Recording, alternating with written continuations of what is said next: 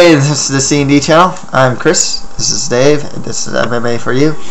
We're going to be doing our second MMA Q&A. But before we get into that, we got some shout-outs here, actually. Before that, dude, I know you do a show without me, and I looked at that show. Don't you have something to say? Don't you have someone to apologize to? What do you mean, man? What do you mean? You know you need to do an apology to someone. Just apologize. Okay. Well, for some reason I got a lot of flack for this, but an MMA Fight Pit Genesis, I picked against Diana Real when she fought Angelica Chavez. I thought Angelica Chavez was gonna win with her Brazilian Jiu-Jitsu. Watching the fight, Diana Real just got top control and pounded her face in a couple times, especially at near the end of the second round with elbows. So, yeah, I was wrong with that pick. I was off with that pick. Yeah. So, you were judging book by its cover. What's wrong with you? That's what she said. Yeah, that actually kind of surprised me. I was like, "Whoa!" She actually wrote a comment on the in the C&D channel. So that was pretty cool, actually. But yeah, man. It's just the way the fight. The fight game works. I'm making educated guesses. Really. I mean, we both are when we do predictions. Yeah, definitely. Making the prediction is not easy. I mean, you do spend a lot of time. I back you on a lot of time to analyze every single detail. So, yeah, it's just one of those things. Yes, to the guys that say you should watch the fights before making predictions. Yes, I've seen these guys fight. I've seen Houston Alexander fight. I can describe fights to you. I've seen most of these guys. At least once or more having fought. When a guy like Jens Pulver is losing so much and is clearly on the downside of his career, I'm not going to pick him to win. I'm sorry. Well, it's your pick. You do educated guess. I mean, it is what it is. And it really kind of underscores something about MMA too, because it's just like, okay, Tyler East fought Jamie Yeager. Okay, I didn't pick Jamie Yeager to win. Tyler East had superior. Is it Tyler? I think it's Tyler East. He had superior wrestling, and he was winning the fight with his superior wrestling. Well, guess what? He wrestled his way into a guillotine. I can't predict that. There's no way for me. And I hate that I have to explain myself. Even I'm predicting fights. But you did predict correctly the way it's supposed to go. You just Yeah, that's the thing too. Even a good amount of times, even if my pick loses, he'll show some of the stuff that I said. It's not just with some exceptions. I have bias against guys like Dan Hardy and whatnot, who ended up losing to Chris Lytle, which is pretty cool. A lot of time, I can't predict that. I can't predict some variables either. Pat Curran, I picked him to win, but Mom Sandro was winning the fight. I mean, there's certain things you just can't call either. Okay. I hate having to justify my picks here, but it kind of seems like the more comments I read from some guys, there's a lot of trolls too, but from some guys, it's just one of those things where it's like, I'm not gonna pick them all. That's the thing. MMA Fight Pit Genesis was some of my worst picks, and I even commented that, hey, I did bad picks there. I don't know what else to say. I'm gonna do some bad picks. We are gonna do some bad picks. It is what it is. That's the thing. So yeah, let's get some shout outs. Unless you have anything else to say or something. No, I think you said it all, and that's really cool that Dana Real, make a comment. Awesome. Yeah, I don't expect any fighters to watch my videos. So it's just kind of like, wow. No one wants to comment, so it's like kind of cool. It's like, oh wow. So that's pretty cool. Well, I want to give a shout out to Halo John. How John? What's 99. 99. Yeah. It's awesome. Yeah. And all people who subscribe us, thank you so much. That's great. Yeah, I got some shout outs. Rick 1982, of course, you're awesome. Pharrell Man 456, you're awesome too. Yes. MMA Mischief, Florent, thank you for the little tidbit. Sorry. Yeah. Okay. And to Okay. Fear This Ride, Marlark7, Mr. MMA or MMA All You Can Eat Buffet. Okay. Yushin Okami is going to lose to Anderson Silva, man. What? I don't know what you think you're saying. Dude, calm down. I don't need more hate, email. Okay, what's wrong with you? Okay, sorry. I had to put it up there. That's horrible. I had to do it. Yeah. If you got more hatred emails, not my fault anymore. Yeah. All right. Yeah. So what's today's question? Okay. Let me tell you what's today's question. Okay. No, actually, you can tell them. Okay. What are your guys' thoughts on the UFC's network deal with the Fox network? So what's your thought? I think, for one, it was a logical step from where the UFC wants to go. Being on Spike, Ion versus Facebook prelims, they're great. They had a good thing going. One thing, I was actually arguing with this with someone. They do have a lot of. They were actually making small steps already with putting every fight available. Yes. Also, you're seeing a lot more fights that you want to see, like that fans want to see, like Nick Diaz versus GSP. And there's just other little things that they were doing. But one thing I really thought about was that even with stuff like that, they're still just appealing to the fans that they already have. You know what I mean? Comments. GSP versus Nick Diaz is a cool fight. It's cool that you're giving it, a fight that the fans want to see. However, who are you really appealing to? Fans of the current product. It's by going on to Fox, you're now branching out and giving fighters a platform and just the UFC a platform to appeal to such a broad audience. I mean, guys who watch Fox, guys who channel surf. I mean, it's huge, but it is a logical step into what I feel the UFC should be. This is a lot farther than I thought they would initially go. I mean, network TV is huge. You can't really even say boxing's there. They're on like Showtime or HBO, but network TV. This is a different deal. I mean, they're gonna have 4 fights on Fox, the major network, and then they're gonna have stuff on FX and Fuel TV. And we're going to see the majority of stuff on FX and Fuel TV. I definitely think, this is a big step. But this is really cool, though, because we will talk about the last Q&A, we will talk about UFC's future and where they're going to go. And this is exactly the follow-up. I think, branch out, extended to the family, network channel, to Fox network channel is huge step. I'm pretty sure Dana's working on this a while ago, and now they finally get this deal. It's gonna, marketing wise, it's gonna be, second to none. It'll be the next, WWE with next UFC. It's gonna be pretty amazing for bringing a lot of casual fans, so such myself. Yeah. With added exposure, you're gonna get more like advertising sponsorship dollars for the fighters. It's good for the fighters, especially if they're actually gonna be shown on Fox. Absolutely. FX has more penetration than Spike TV. And they have some really cool shows, like It's Always Sunny in Philadelphia, Shield was on there, Rescue Me.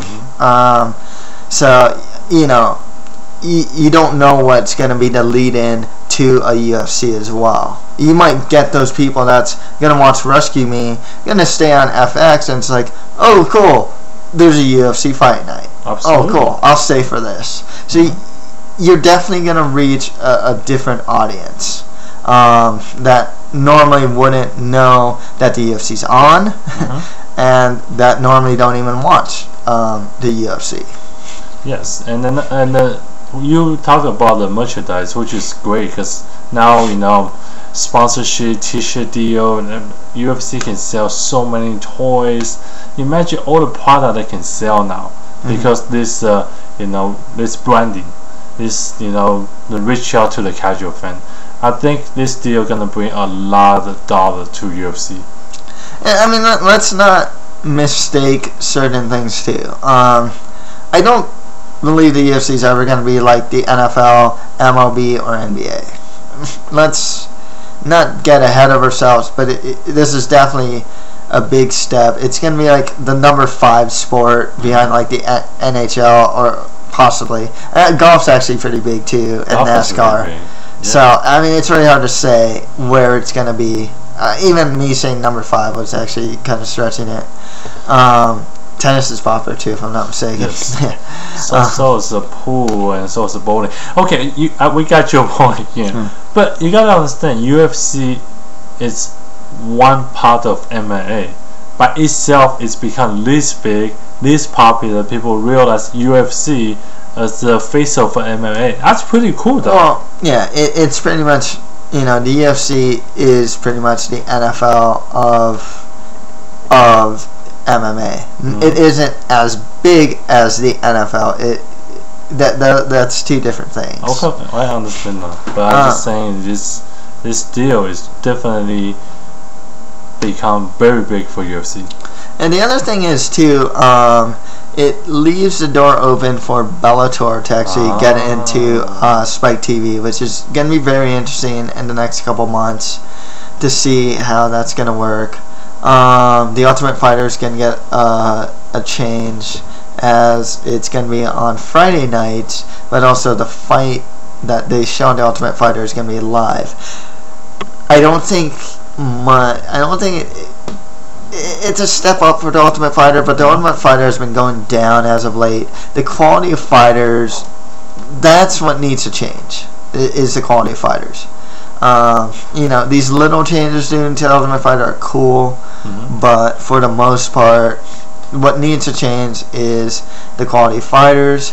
By having them on Fox, though, and having that exposure, you might maybe get higher quality prospects wanting to do the Ultimate Fighter because they'll get the exposure. It's kind of a stretch. They might just go straight to the UFC. Very good point. But you make a really good point about now Bellator gonna step out, go to the Spike TV. I think this gonna benefit those little programs as well. What do you think? Bellator's, when you think of these other organizations, I mean, at this point, and this happened a long time ago, especially with UFC or Zuffa playing Strikeforce, no one's going to be a real competitor to the UFC. Absolutely. It's similar to like WWE. It just there's going to have secondary promotions out there. It's just a good move for Bellator for sure. They definitely appeal to a more hardcore fan base. If you saw the last Bellator that happened, I mean, it's obvious that they promote a lot of prospects. Whether it's Pat Curran, Nazare, Cole Conrad, and others. So they definitely do things a lot differently. They also have women's MMA, which the UFC doesn't have. So it's a good, it's a logical step up for Bellator as well, which I like. Very good. So let's move on to the second question. Okay, the second question is, what do you think of the Golden Glory / Zuffa situation? So what's the situation, Mr. Chris? Pretty much that Alistair Overeem was supposed to fight. Well, they wanted him to fight in the Strikeforce Heavyweight Grand Prix against Antonio Bigfoot Silva. He had a toe and other injuries. Wanted to fight in October instead of September. He was subsequently released from the promotion. He is officially a free agent. Not too long after that, Zuffa cut Marlos Kunin, John Olaf, NMO, and Valentin Overeem, all Golden Glory fighters. Their reasoning was that Golden Glory does not follow the business practices that Zuffa and the athletic commissions would like. I'm just kind of paraphrasing here. They, instead of paying the fighters directly, Golden Glory has it so that the managers get paid and they pay the fighter. The management and Golden Glory will pay the fighters. Marlos Kunin actually sent a paycheck stub showing that she was actually paid directly. And also Golden Glory explained that they do this practice because a lot of organizations owe them money.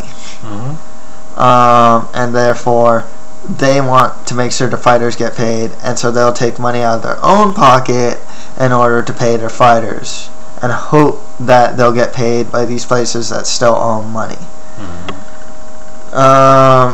The things that it kind of looks like is, this kind of looks like a strong arm tactic from Zuffa. You know, if you cut Overeem and these other guys, where do they go? Like, really?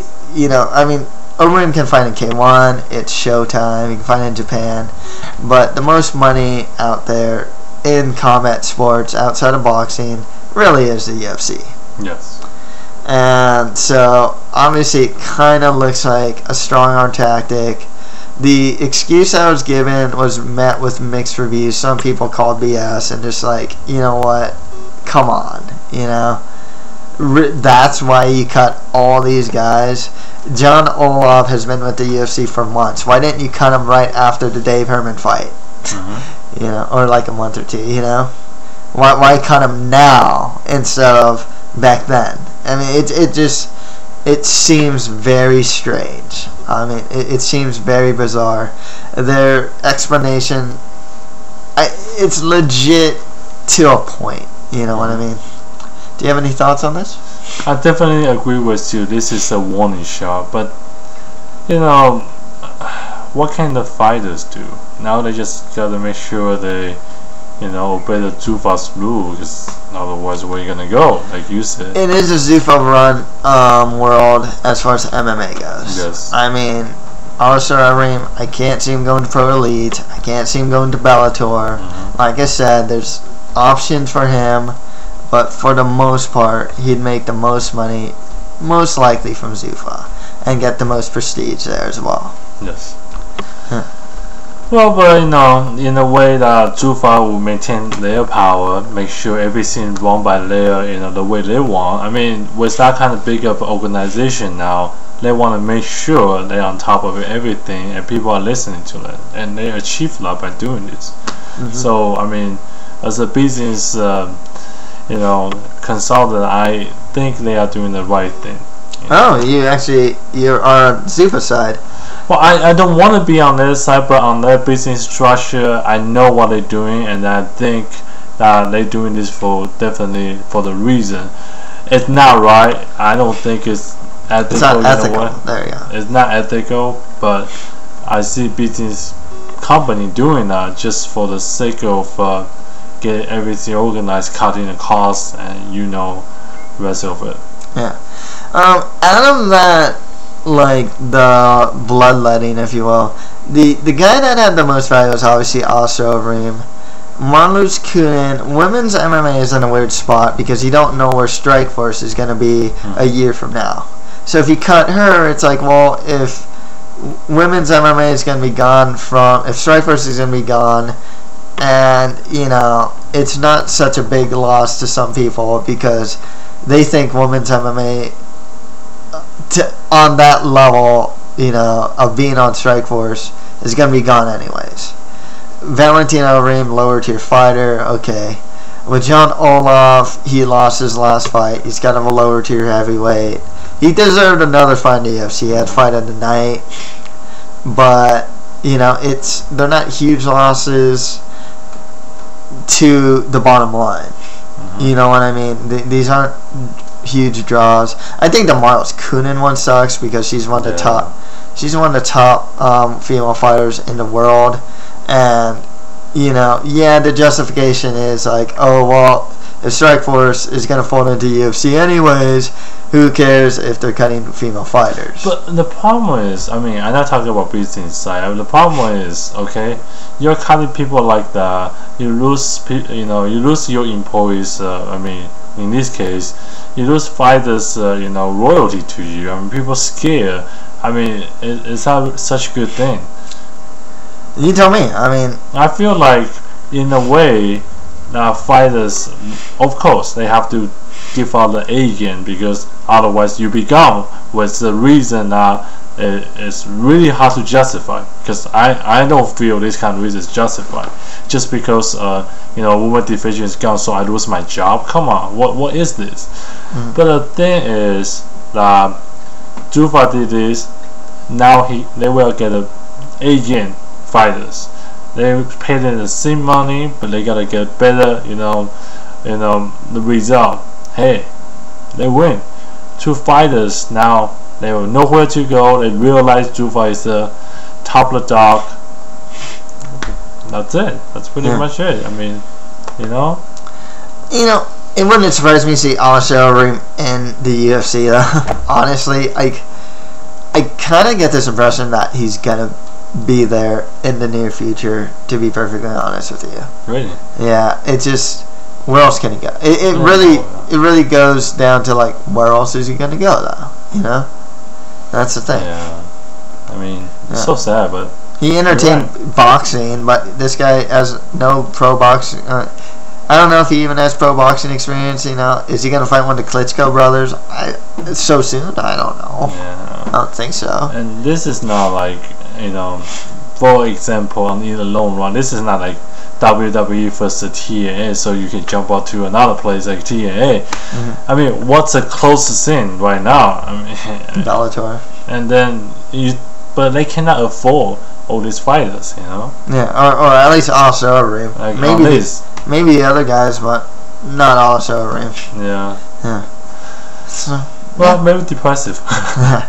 So that's pretty. You have anything else to say? Or? Please, if you think you have any comments, leave the comments below and let us know what's your feedback. What do you think about these questions? Okay, cool, man. Yeah, and that's pretty much it for MMA for you, MMA Q&A, and please subscribe to this channel, and that's it. Thank you very much.